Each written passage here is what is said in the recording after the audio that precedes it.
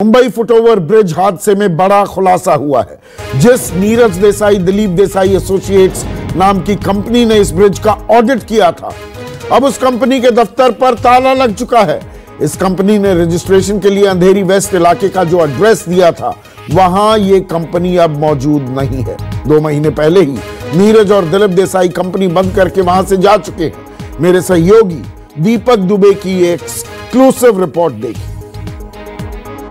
इस वक्त हम खड़े हैं मुंबई के अंधेरी इलाके में स्थित पर्ल हेरिटेज बिल्डिंग के ठीक अंदर खड़े हैं। आपको दिखाना चाहेंगे, ये 504 नाम का दिलीप कुमार देसाई का ये इसमें ऑफिस है। दिलीप कुमार वो हैं जिन्होंने जो सीएसटी का जो ब्रिज गिरा है इन्हीं की कंपनी ने ऑडिट किया है और इन्हीं के नाम पे एड्रेस रजिस्टर्ड है। आपको बता दें, जो एड्रेस रजिस्टर्ड है professor DD Desai AEC and A private limited company, ये जो एड्रेस दिया गया है, इस एड्रेस पर हम पहुंचे हैं तो यहाँ पर हमें पता चला कि ये 19/B नाम की ये जो इलाका है जिसमें GD पाटिल नाम की बिल्डिंग है, ये GD पाटिल नाम की जो बिल्डिंग है अब ये बदल चुकी है, जिसका नाम पर्ल हेरिटेज रखा गया है। काफ़ी समय से पहले ये पर्ल हेरिटेज रखा गया, उसके बावजूद जो एक कंस्ट्रक्शन कंपनी है जिन्होंने इस ब्रिज का ऑडिट किया था, जब उसकी जांच के लिए हम पहुंचे, उनसे बात करने के लिए पहुंचे, तो हमें पता चला कि ये बिल्डिंग का नाम बदल चुका है, जिसका नाम पर्ल हेरिटेज है। वहीं जब दिलीप देसाई जो कंपनी को चलाते हैं, हम उनसे बात करने के लिए यहाँ पर आए तो हमें पता चला यहाँ के जो लोग हैं उनके द्वारा कि वो अब यहाँ पर नहीं रहते हैं, कहीं काफ़ी समय से बंद है। ये डीडी देसाई का जो फ्लैट है 504, ये कब से बंद पड़ा हुआ है, इसके बारे में क्या जानकारी है आपको? ये 2 महीने से यहाँ से गए हैं और बीच बीच में आते हैं। 2 महीने पहले यहाँ पर ये ऑफिस हमेशा की तरह कंटिन्यू चलता था या नहीं चलता था? हाँ, कंटिन्यू चलता था। उसके बाद कहीं दूसरी जगह शिफ्ट किए हैं। कहाँ पे शिफ्ट किया हुआ है? अब कहाँ है तो मुझे मालूम नहीं है। लोग कहते हैं बीरा देसाई में है। तो कितने ऑफिस में कर्मचारी काम करते थे उस वक्त जब भी आपने देखा हो? तो कर्मचारी 4-5 थे। 4-5 कर्मचारी। और मेरे सहयोगी दीपक दुबे मेरे साथ जुड़ चुके हैं, जिनकी एक्सक्लूसिव ये रिपोर्ट दिखाई है मैंने आपको। दिलीप देसाई नीरज देसाई जो ये कंपनी है दीपक, अब वहां पर तो ताला लगा हुआ मिला, कुछ पता लग पाया दिलीप देसाई कौन है, कहां है, अब दफ्तर कहां से चला रहा है?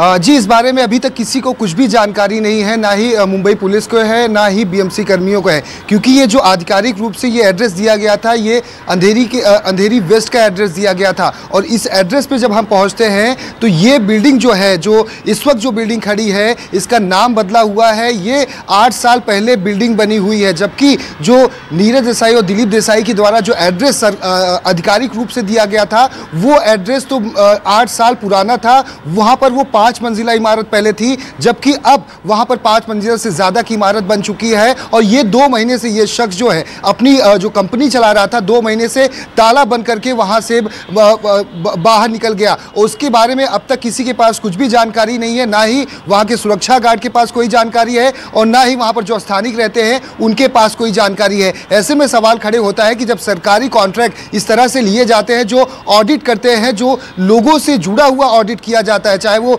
ब्रिज की बात हो या फिर पब्लिक इंटरेस्ट की बात हो, ऐसी जो चीज़ों की इंटरेस्ट की जो ऑडिट होता है, जो महानगर पालिका है या सरकार है, आखिर ऐसी कंपनियों को कैसे ऑडिट की परमिशन दे देती है जिस कंपनी के बारे में उन्हें पता तक नहीं है, जो कंपनी ऑफिशियल एड्रेस पर एग्जिस्ट नहीं करती है कि आखिर वो कंपनी वहां पर मौजूद है या नहीं है। अगर कुछ खुदा न खास्ता कुछ हो जाए तो फिर किसकी जवाबदेही बनेगी? अगर उस शख्स तक पहुंचा जाए, उस कंपनी को पकड़ा जाए, तो आखिर कैसे पकड़ा जाएगा? पॉइंट आप उठा रहे हैं, जिन कंपनियों को ऑडिट की जिम्मेदारी दी जाती है उनका भी ऑडिट करती है क्या सरकार कि ये हैं कौन, इनके क्रेडेंशियल्स, इनके बोनाफाइडीज क्या हैं? और आपको बता दें कि मुंबई CST फुटओवर ब्रिज हादसे के बाद ऑडिट रिपोर्ट भी सामने आई है। रिपोर्ट में साफ साफ लिखा है कि पुल गुड कंडीशन में है, यानी कि पुल ठीक ठाक है, मामूली मरम्मत की जरूरत है। तो ऑडिट रिपोर्ट भी लेकर आए हैं दीपक दुबे आपके लिए, जिसमें पुल को गुड कंडीशन में बताया गया है। और क्या कुछ लिखा गया है इस स्ट्रक्चरल ऑडिट का जिक्र कल मुख्यमंत्री देवेंद्र फडणवीस ने भी किया। गुड कंडीशन के अलावा वो कह रहे थे कि मामूली मरम्मत की जरूरत बताई गई थी इस स्ट्रक्चरल ऑडिट में। दीपक,